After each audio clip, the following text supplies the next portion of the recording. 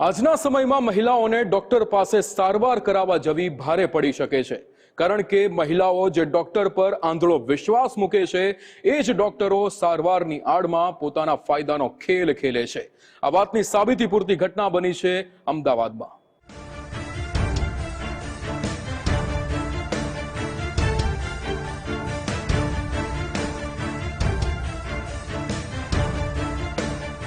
TV screen પર દેખાતા આ ડોક્ટર સાહેબનો ચહેરો જરા ધ્યાનથી જોઈ લેજો। શું આ ડોક્ટરને ત્યાં તમે તમારા વાળ કે સ્કિનની સારવાર કરાવવા જાઓ છો? તો આ રિપોર્ટ તમારા જેવા તમામ મહિલા દર્દીઓ માટે છે, કારણ કે આ સાહેબ પાસે સારવાર કરાવવા આવતી મહિલા દર્દીએ તબીબ પર લગાવ્યા છે ગંભીર આરોપ। અમદાવાદમાં સારવારની આડમાં દુષ્કર્મ, તબીબ પર મહિલા દર્દીએ લગાવ્યો આરોપ। દર્દીની ફરિયાદ બાદ આરોપી તબીબની ધરપકડ।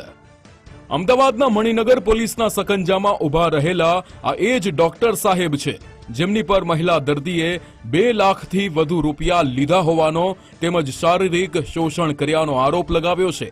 આ બાબતે મણિનગર પોલીસ સ્ટેશનમાં મહિલા દર્દીએ ફરિયાદ નોંધાવી હતી અને ત્યારબાદ ડોક્ટર નિલેશ કુમાર નાયકની ધરપકડ કરવામાં આવી છે। આરોપી છે એ એક ડૉક્ટર છે, ફિઝિયોથેરાપિસ્ટ છે। આની પહેલાં અગાઉ કોઈ ગુના દાખલ થયેલા નથી, પરંતુ ડૉક્ટર બત્રાસની અંદર પહેલાં તે જોબ કરતા હતા વિઝિટિંગ ડૉક્ટર તરીકે, અને ત્યારબાદ એણે પોતાનું ખાનગી ક્લિનિક શરૂ કર્યું હતું। હાલ આ ખાનગી ક્લિનિક પણ બંધ છે। એના આધારે નિલેશ જયંતિલાલ નાયક ને જેનું શ્રીજી ક્લિનિક છે તેમની ધરપકડ કરવામાં આવી છે। ધરપકડ કરીને તેની વિરુદ્ધ કાયદેસરની કાર્યવાહી ચાલુ છે। પુરાવો એકત્ર કરવામાં આવી રહ્યા છે। 2 વર્ષ અગાઉ તબીબના પરિચયમાં આવી મહિલા, સમયાંતરે તબીબે મહિલા સાથે કેળવ્યો ઘરોબો, મહિલાનો વિશ્વાસ જીતી બાંધ્યા શારીરિક સંબંધ।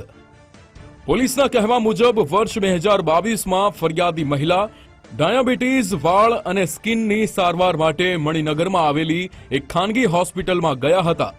તે હોસ્પિટલમાં તેમનો પરિચય ડોક્ટર નિલેશ કુમાર નાયક સાથે થયો।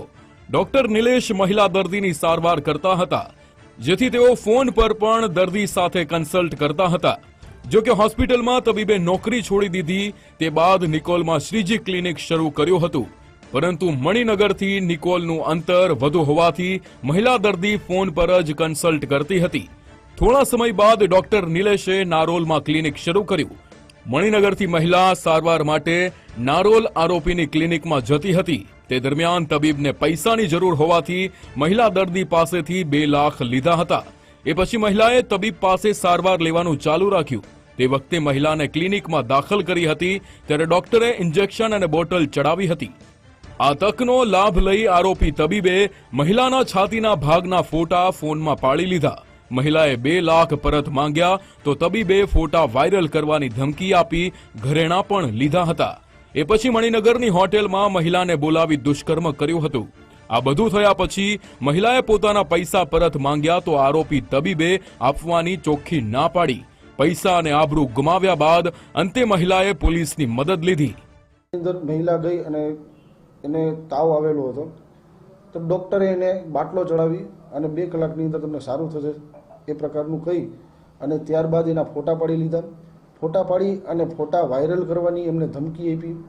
ત્યારબાદ મહિલા પાસે જુદા જુદા બહાનાથી 4 લાખ રૂપિયા પડાવ્યા અને ઘરેણાં પડાવ્યા, અને આમ છતાંય ત્યારબાદ મહિલાએ પોતાના પૈસા અને ઘરેણાં પાછા માગતા તેણે સમાધાન કરવાના બહાને મહિલાને મણિનગરની અંદર એક હોટલમાં લઈ આવી અને હોટલમાં મહિલાની વિરુદ્ધમાં જબરજસ્તી દુષ્કર્મ કર્યું।